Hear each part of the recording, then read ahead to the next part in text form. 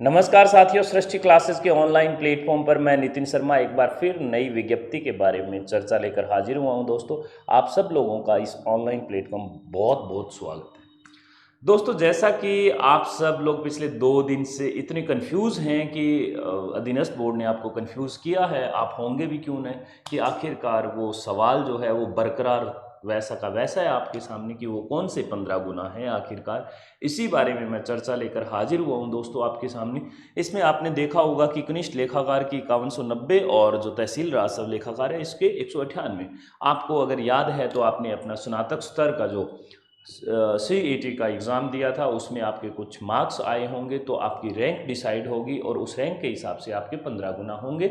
हम इसमें विस्तृत रूप से आपके सामने मैं चर्चा लेकर हाजिर हुआ हूँ। अगर आपने इतना सारा इंतज़ार कर लिया और इतने सारे लोगों के वीडियो देखें तो मेरा आपसे वादा है, मैं आपका टाइम खराब बिल्कुल नहीं करूँगा और मैं आपको जो भी आगे डिस्कस करने जा रहा हूँ वो बहुत ही महत्वपूर्ण है। ये वीडियो बिल्कुल बरकरार रखना, बनाए रखना, 2-4-5 मिनट का वीडियो रहने वाला है। और अगर आप अभी तक हमारे सृष्टि क्लासेस परिवार का हिस्सा नहीं बने हैं तो वो लाल वाला बटन दबाकर हिस्सा बन जाइए। दोस्तों, पिछले 2 महीने में हम लोग जो है ऑनलाइन प्लेटफॉर्म पर हैं और एक बहुत हाई क्वालिटी कंटेंट के साथ हमने 250 के लगभग वीडियो दिए आप लोगों को। आप बिल्कुल उनको देख सकते हैं और आप जब सब्सक्राइब कर लोगे तो भविष्य में आपको बिल्कुल फ्री ऑफ कॉस्ट ऐसे ही यूट्यूब पर कंटिन्यू वीडियो मिलते रहेंगे। एक हाई क्वालिटी कंटेंट मिलता रहेगा, चाहे वह दिल्ली पुलिस का हो या राजस्थान का हो या वह सेंट्रल गवर्नमेंट का हो या चंडीगढ़ पुलिस का हो, किसी भी स्टेट का अलग अलग तरह से आपको सभी एक ही चैनल पर मसाला मिलने वाला है। देरी ना करते हुए हम आगे बढ़ते हैं।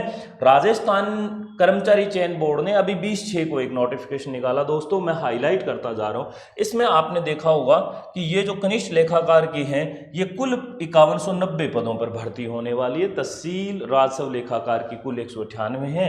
गैर अनुसूचित और अनुसूचित क्षेत्र की हम बात ही नहीं करेंगे। अच्छा, अब हम आपको एक इसमें जो महत्वपूर्ण जानकारी है वो हम ये बताए देते हैं दोस्तों कि अभ्यर्थियों के लिए इन्होंने कहा है, सामान्य जो निर्देश है ना, उसमें इन्होंने कहा है कि दोनों के लिए 15 गुना संबंधित वर्गवार में न्यूनतम कट ऑफ मार्क्स प्राप्त करने वाले विद्यार्थियों। दोस्तों, यही लाइन है जो सबसे ज्यादा कंफ्यूज कर रही है। आखिरकार ये लाइन क्यों कर रही है? 15 गुना की बात करें तो सबसे पहले तो कंफ्यूजन ये निकल कर आता है कि वो 15 गुना कौन से हैं, कैसे हैं, कौन सी कैटेगरी से लिए जाएंगे। जैसे 5190 पद को मैं लगभग 5000 मान के चलता हूं, तो 5000 का कितना गुना 15, तो 75,000 मानते हैं। तो क्या जो सबसे पहले टॉप 75,000 विद्यार्थी होंगे उनको ले लिया जाएगा? हो सकता है उसमें EWS वाला ना हो सकता है उसमें OBC वाले मात्र 5,000 हो, बाकी 70,000 अलग अलग कैटेगरी को। हो सकता है जो 75,000 है उसमें 5,000 SC ST के हो, बाकी OBC और जनरल EWS और MBS इस कैटेगरी के आ जाए। अच्छा, क्या विडो डाइवोर्सी के लिए अलग से कोटा रहेगा, एक्स सर्विसमैन के लिए रहेगा? इसमें ये सारी की सारी बड़ी कंफ्यूजन है। हाँ, एक बात ये तय है, आगे चल के मैं बता दूंगा कि जो ऑलरेडी गवर्नमेंट एम्प्लॉई है राजस्थान के, उनके लिए एक 12-12.5% का अलग से कोटा डिसाइड किया गया, जो बिल्कुल मेंशन कर दिया गया है। उस पर भी हम चर्चा फरमाएंगे। फिलहाल ये देखते हैं दोस्तों कि ये 15 गुना वाला वो सवाल वैसा का वैसा रह गया, सरकार ने अभी ये क्लियर नहीं किया। आप कहोगे सर फिर इसके बारे में कैसे पता चलेगा? इसके लिए आपने जब 6 महीने हो गए इंतजार करते हुए, तो दोस्तों आपको मात्र 4 से 5 दिन का इंतजार और करना है। देखो, वहां पर जो बैठने वाले लोग होते हैं अधीनस्थ बोर्ड में, वो ऐसा तो है नहीं कि भाई कोई बहुत लो क्वालिफाई आदमी होते हैं। वो इस देश के जो सबसे बड़ा जो एग्ज़ाम होता है UPSC, उसका एग्ज़ाम देने के बाद वो IAS बनते हैं और एक बहुत लंबे वक्त तक उनका एक्सपीरियंस रहता है, 20 से 25 साल। उन्होंने आपके बारे में सोच के रखा है। हालांकि बहुत सारे बच्चे ऐसा कह रहे हैं कि हम आंदोलन पे उतरेंगे, 40% के लिए कहेंगे। तो दोस्तों, ये सब झूठी बातें हैं, इनको आप बिल्कुल ध्यान में ना रखते हुए आगे बढ़े। सरकार ने CET जारी करते वक्त पहले ही नोटिफाई कर दिया, मेंशन कर दिया कि हम 15 गुना पे काम करें। अब कुछ मर्जी कर लो, आपने फॉर्म नहीं भरा तो ये हो सकता है कहीं हमारी गलती ही रही है, हमें स्वीकार करनी पड़ेगी। नेक्स्ट CET के लिए हमें तैयार रहना पड़ेगा। अब जो वैकेंसीज है CET के माध्यम से होने वाली, वो हमारे हाथों से चूकेगी, ये चूक जाएगी। इसकी वजह ये है कि सरकार ने CET का जब फॉर्म भरवाया था तो 2-3 बार इसकी डेट आगे बढ़ाई थी। आपको याद हो तो 15-15 दिन करते हुए सरकार ने 1-1.5 महीना और खींच दिया था। फिर भी इतने फॉर्म निकले, 9.5 लाख फॉर्म भरे गए थे स्नातक स्तर के। सोचने वाली बात है। अब ये जब लाख लाख, मतलब लाख, मैं यूं कह रहा हूं कि 5190, तो इसका 15 गुना लगभग लाख के पहुंच गया ना, तो आप क्वालिफाई कर जाते। और इसकी कोई बहुत खास बड़ी मेरिट नहीं जाने वाली, जो 50-60% के बीच में जो बच्चा घूम रहा है वो क्वालिफाई कर रहा है इन सब चीज़ों को। आपको अब बस 3 से 4 दिन इंतजार और करना है। इन 3 से 4 दिन इंतजार में आपकी एक लिस्ट जो है वो वरीयता क्रम के हिसाब से आपकी आ जाएगी, और उन सभी विद्यार्थियों को पता चल जाएगा कि आप इसमें क्वालिफाई करने वाले हैं या नहीं। आपको इसके लेखाकार का आपको कोर्स कहीं से करना चाहिए, या ऑनलाइन खरीदना चाहिए, या इसकी तैयारी किताबों के माध्यम से करनी चाहिए, ये आप क्लियर हो जाएंगे।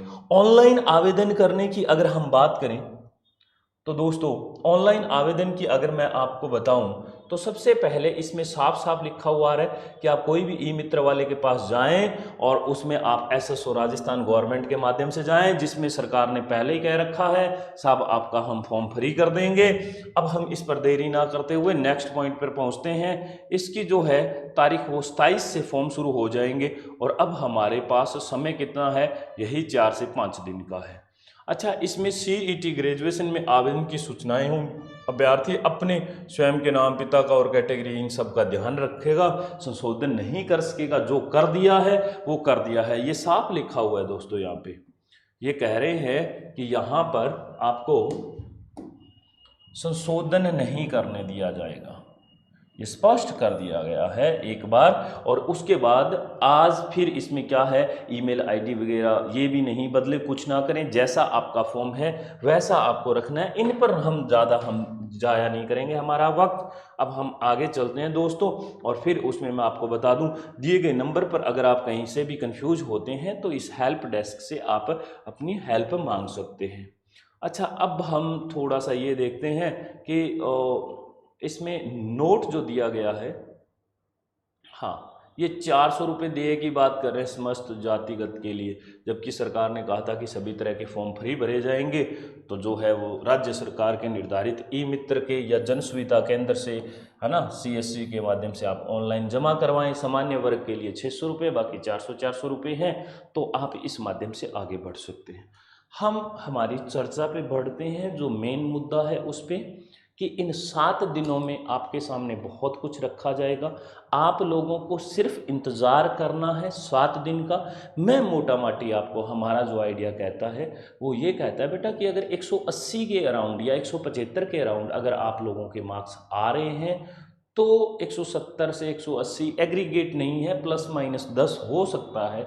तो बेटा आप सुरक्षित जोन में हो, और आप कहीं तो कहीं आप इस फॉर्म में अप्लाई कर सकते हैं। अच्छा, क्वालिफिकेशन बहुत महत्वपूर्ण है इसमें, उस पर हम थोड़ी सी बात करते हैं। और इसके क्वालिफिकेशन की बात करते हैं। बेटा कहाँ पे होगी ये मैं देख लेता हूँ, आप लोग बने रहना मेरे साथ, तब तक हम आगे बढ़ते हैं। ये तो इसमें क्वालिफिकेशन का मैं आपको एक बड़ा सिंपल सा सीधा सा ही मैं बता देता हूँ आपको।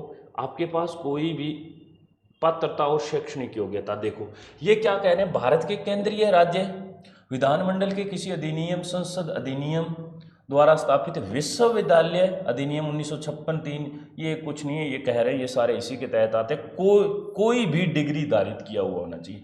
बहुत सारे बच्चों को ये रहता है कि क्या इसमें कॉमर्स चाहिए, ये वो, इन्होंने साफ कह दिया कोई भी डिग्री धारित हो, सरकार द्वारा आयोग के परामर्श में क्या कह रहे हैं, प्राप्त कोई समतुल्य अर्हता धारित किया हुआ होना चाहिए। या में क्या आता है, या कह रहे हैं लागत और संक्रम के लेखाकार संस्थान कोलकाता से इंटरमीडिएट परीक्षा उत्तीर्ण हुई होनी चाहिए, या भारतीय चार्टेड अकाउंट संस्थान नई दिल्ली से इंटरमीडिएट उत्तीर्ण की हुई होनी चाहिए। और इन तीनों में से कोई एक होनी चाहिए। मैंने क्या बताया, नंबर 1, नंबर 2 और नंबर 3, इन तीनों में से कोई एक होना चाहिए। इलेक्ट्रॉनिक विभाग भारत सरकार के नियंत्रण, ये जो कह रहे हैं ना, इसके द्वारा संचालित ओ या उच्च स्तर लेवल का प्रमाण पत्र। हम कहते हैं हमारे प्रदेश में RSCIT चलता है, वह ही काफ़ी है। ये इनके बारे में पॉलिटेक्निक संस्थान से कोई भी कंप्यूटर का आपके पास डिप्लोमा हो तो बेटा आप इसका फॉर्म भर पाएंगे। अभी बहुत सारी छंटनी होना बाकी होगी, आप घबराएं नहीं। आपका राष्ट्रीयता के बारे में है, एज में जो है आवेदक को 21 वर्ष की आयु प्राप्त किया होना चाहिए और 40 वर्ष की आयु प्राप्त किया हुआ नहीं होना चाहिए, यानी कि 21 से 40 साल के मध्य आपकी उम्र होनी चाहिए। बस यही सबसे बड़ा क्राइटेरिया है इसमें। इसीलिए इसमें कुछ कोरोना को लेकर भी कुछ छूट के प्रावधान दिए गए हैं, जो 3 साल से अधिक नहीं दी जाएगी, है ना। ये तो दृष्टि वालों के लिए है। अब हम थोड़ा सा आगे और चलते हैं। अब इसमें कुछ नहीं है ज़्यादा। परीक्षा का आयोजन जो है, इन्होंने परीक्षा संभावित लिखा हुआ है 17/9/2023 में। इसके अलावा अतिरिक्त प्रमाण पत्र की देखो साफ सुथरी सी बात है, इसमें यह भी लिखा गया 27/6 से फॉर्म भरे जाएंगे, 26/7 तक भरे जाएंगे रात्रि 12 बजे, यानी अभी 4-5-6 दिन बाद में। सिलेबस आप लोगों के सामने है, जो इसका बुक कीपिंग है, ऑडिट है, द्वितीय पेपर की मैं बात कर रहा हूँ, अकाउंट है, इकोनॉमिक है, ये सारे द्वितीय पेपर में है। आप लोग अपनी तैयारी जारी रखें, आप लोगों को कंफ्यूज नहीं होना है। अब भी बहुत सारे और वैकेंसीज आना बाकी है। अगर लेखाकार में आपका कहीं नहीं होता है तो आप दूसरे किसी फॉर्म में भी भर सकते हैं, इसमें निराश होने की कोई बात नहीं है दोस्तों। अब आपको सिर्फ इतना करना है कि आपको 4 से 6 रोज़ का इंतज़ार करना है, और इसी इंतज़ार के साथ आपके सभी सवालों के उत्तर सामने होंगे। क्या श्रेणी वाइज आपके 15 गुना लिए जाएंगे या कंप्लीट लिए जाएंगे, ये जो सवाल अभी बरकरार है, इसका बहुत जल्द आंसर आएगा। जैसे ही आएगा हम फिर हाजिर होंगे आपके साथ। आपका बहुत बहुत शुक्रिया, आप इसके साथ बने रहे।